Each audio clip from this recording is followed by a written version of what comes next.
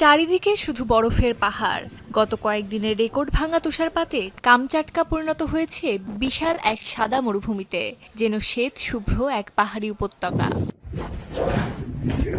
গত ৬০ বছরে এত বেশি তুষারপাত দেখেনি কামচাটকাবাসী। কয়েক মিটার উঁচু বরফের আস্তরে চাপা পড়েছে ভবন, রাস্তাঘাট, যানবাহন। কোথাও আবার ট্রাফিক সিগন্যালের উচ্চতাকেও ছাড়িয়ে গেছে বরফ। কয়েক মাস ধরেই তাপমাত্রা হিমাঙ্কের নিচে। জানুয়ারির শুরুতেই কিছু এলাকায় ২ মিটারের বেশি তুষারপাত হয়েছে। এর আগে ডিসেম্বরে জমেছিল ৩.৭ মিটার বরফ। তীব্র তুষারপাতে থমকে গেছে জনজীবন। নিজের বাড়িতে ঢুকতে কয়েক মিটার বরফ খুঁড়ে বানাতে হচ্ছে সুড়ঙ্গ। বেশ কিছুদিন ধরেই বন্ধ গণপরিবহন সেবা।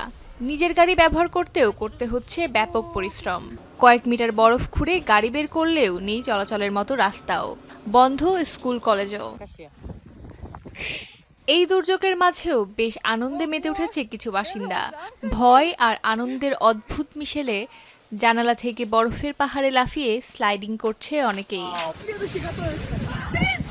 আটকে পড়া বিপদগ্রস্ত বাসিন্দাদের উদ্ধারে চলছে তৎপরতা। আবহাওয়া বিভাগ জানিয়েছে বিপদের শঙ্কাও। বাড়ির কার্নিশে জমে থাকা তুষারস্তূপ প্রাণঘাতী হয়ে উঠতে পারে বলে নাগরিকদের সতর্ক করেছে প্রশাসন। অস্মিতা বিশ্বাস, যমুনা নিউজ।